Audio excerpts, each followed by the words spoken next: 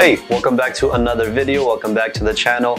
Over the last few weeks, all we've been hearing about is Apple news, iPhone 12 this, 12 Pro Max that. Personally, I'm sick of it. So let's change gears here a little bit and talk about some televisions. This is my favorite category to talk about. I love looking at the specs of televisions and seeing which ones are worth purchasing. So we're going to go into that here. If you're somebody that's purchased a next-gen console or pre-ordered one a month ago, or if you're somebody that's hoping to walk into Walmart, Best Buy, GameStop on release date and purchase one, by the way, good luck with that.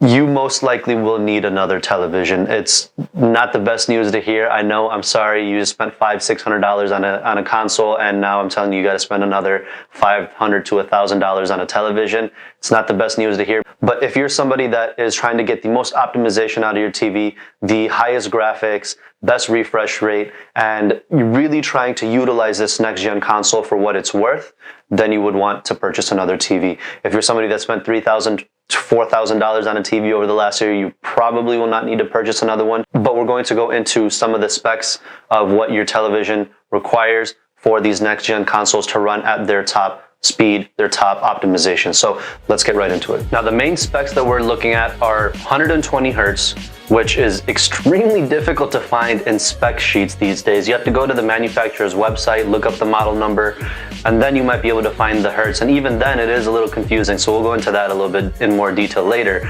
And then the other thing is HDMI 2.1. There's only a handful of TVs these days that have HDMI 2.1 or are compatible with HDMI 2.1. We're looking for TVs that have at least one port for HDMI 2.1. You will need to get another HDMI cable. The next-gen consoles do come with an HDMI 2.1 cable in the box, which you can use. I'm sure that'll be, good enough to get 4K at 120 hertz. But if you're somebody that wants to get the best braided cable, I'm sure there's going to be something out there on Amazon for 150 bucks. It's probably not worth it, but more power to you if you want to do that. So 120 hertz, native 120 hertz, and then also HDMI 2.1. Those are the two specs that we are looking for, the two specs that we kind of care about. Obviously, QLED, QHD, all these freaking specs are just kind of confusing. So we're going to make it simple. We're going to break it down into three different categories. So the first category is budget buys, TVs that are a little bit cheaper, might not have all the features that we're looking for, but if you're somebody that's looking for a budget buy, you don't really care to have the top specs, then maybe these are the TVs for you. The next one is going to be the mid-range TVs. They're the okay TVs. They might be a little bit more expensive in price, but they'll have a lot of the features that we're looking for. I put them at mid-range because as a consumer, I want the best bang for my buck, so I do want to pay less, but also get the most that I can. So the last category will be the best buy.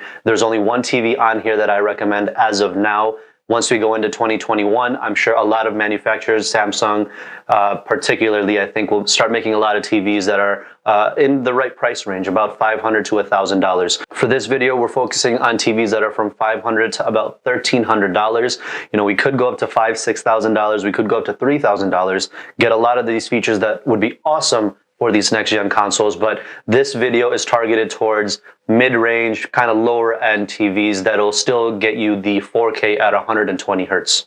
So the first TV on the list is a Vizio. It's a Q7H1 series. It comes in a 55-inch and a 65-inch version. Now, this TV has 4 HDMI ports, which is awesome, and 2 of them are HDMI 2.1. It's hitting all the categories so far. The only thing with this TV is that it's native 60 hertz refresh rate. It does have an upscaling feature that upscales it to 120 hertz, but again, that's different than native 120 hertz. So if you're somebody that doesn't care too much about 4K at 120 hertz, then this would be a TV to look at. The 55-inch version is $499 and the 65-inch version is $689. So not too expensive. It's not cheap. It's not like a Hisense TV that'll be $300, but it is right in the middle, about $500 to $700, depending on which size range you want. The next TV for budget buys is also a Vizio. Now, this TV only comes in a 70-inch version. This is also dynamic motion range 120, not actual native 120. So it's a 60 hertz panel, has an upscaling feature that upscales the content to 120 hertz.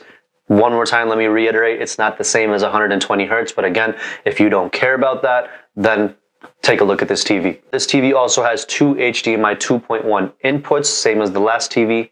And then this TV is $659. So a 70-inch for $659 has two HDMI 2.1 inputs, upscales to 120, not a bad deal. So I think if you're looking at TVs for the next few weeks, this one would be one to keep in mind if you want a larger TV. If you want 55 to 65 inch, then the Q7H1 series, that one would be better. For the mid-range TVs, again, keep in mind, these are not going to be the best priced, not mid-range priced. These are a little bit more expensive, and that's why I categorize them as the mid-range TVs, just because they are more pricey. You're getting a little bit more with the TVs, but the whole point of this video is to see what's the best bang for your buck. Now, the first TV that's on here is, it throws me off a little bit. So the thing with this TV is that it was $999 for the 65-inch version last week. This week, it's the last week of October. The 55-inch version is $999, whereas the 65 is $1399. So it went up in price a little bit. This is a TV that I would put in the Best Buy range if around Black Friday time it goes back down. So right now, 55-inch $999, 65-inch $1399. This is a true 120 hertz panel, two HDMI 2.1 inputs, and this is Sony. Sony, in my opinion, does the best with color grading. Their TV panels have the best color matching out of any TVs. Samsung makes their TVs a little bit brighter. LG's actually done a lot better over the last few years, but overall, Sony has been awesome for the last 10 years in making TVs that show pictures really well. They do really well with black levels. If there was a TV that I would purchase over the next few weeks, it would actually be this Sony TV if the 65-inch version went down to $999. Now, this next TV is a Vizio. Again, if you haven't had any Vizio TVs in the past, I really do recommend them. I've had a few, and I've had awesome experiences with them. This TV is part of their P-series TVs. This is the Q9H1. This TV is 120 hertz, but upscales to 240, which is awesome. I, again, am not a fan of the upscaling. I think it should be native 120 hertz, but if you could get 240 on sports games, on RPG games, that's fantastic. So this TV will be 120 native, upscales to 240. This one also has two HDMI 2.1 inputs. So this one will be $1179.99. So the last few Vizio TVs we talked about in the budget buys were about $600, $499 for the 55-inch. This one for the 65-inch is going to be $1179. There is not a 55-inch version of this TV. This is a TV I believe that is going to be the 2019 model. The 2020 models we're still waiting on coming out. As of right now, this is all that Vizio has to offer. So the last TV that's on the okay or the mid-range list is the Samsung, lowest end Samsung for their 2020 models. Samsung just released a bunch of TVs for 2020. This will be the lowest end, but it gets the job done. So this is their QLED Q70T series. The 55-inch version is $879. The 65-inch version, I believe, is $1279. Now, the thing with this TV is it only has one HDMI 2.1 input and three normal HDMI 2.0 inputs. So it only has one. If you're somebody that's purchasing multiple next-gen consoles, maybe this isn't the TV for you just because of the one port for HDMI 2.1. Still 120 hertz panel, which is awesome. Samsung does a really good job at making a brighter picture, but I believe that the black levels on these TVs are not the best. So I personally would not purchase this TV, but if you're somebody that's a Samsung fan, this is their lowest end model, but it still is an awesome TV. Now, for the best buy, this is not a TV that I was looking at personally. Keep in mind, I'm also looking to purchase a TV over the next few weeks for my next gen console. I'm not a huge fan of LG. I actually have not ever owned an LG, but I used to sell TVs at H.H. Gregg, and LG's just did not perform the best overall. This is a 2019 model. I believe we're still waiting for LG to bring out their 2020 models. This will be the NanoCell 85 series. So keep in mind there's the NanoCell 81 series, which is 60 hertz. This is the 85 series. 85 series is 120 hertz. It has two HDMI 2.1 inputs. So you'll be able to get the 4K at 120 hertz. It'll look awesome. It'll be an LG TV. Their web OS system is phenomenal. The 49-inch version is $596. The 59-inch version is $796. And the 65-inch version is $1,046.99. Now, I'll link everything in the description down below. My recommendation would be to wait a few weeks because Black Friday deals usually are awesome. Now, if you're someone that's pre-ordered a next-gen console and you want to use it right away when it gets delivered on the 10th or the 12th of November, depending on if you got the Xbox Series X or the PlayStation 5.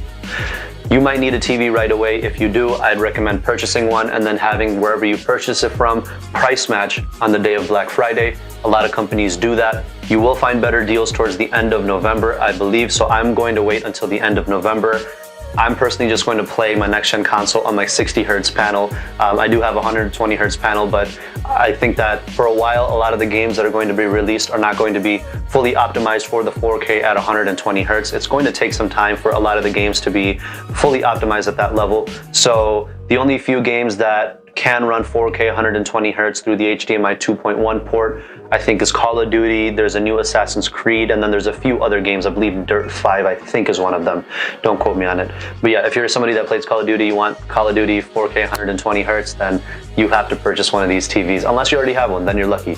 Hopefully this helped you. Hopefully this gave you a little bit more insight. I'm going to go over some more TVs over my next few videos. I'm hoping that maybe you purchase a TV based on the recommendations here. If you do purchase an LG, I would love to know how it is, how you like it. Recommend it down below in the comments, or another TV, maybe I missed some. A lot of these TVs that I talked about today were through a specific article. I'll link that down below. It has all the different TVs that have HDMI 2.1 ports and can do 4K at 120 Hz. So if you're interested in maybe $2,000, $3,000 price range, I will have a video on that. But if you wanted to just do a little bit of research on your own, I'll link the article down below. Thanks for watching, and on to the next video.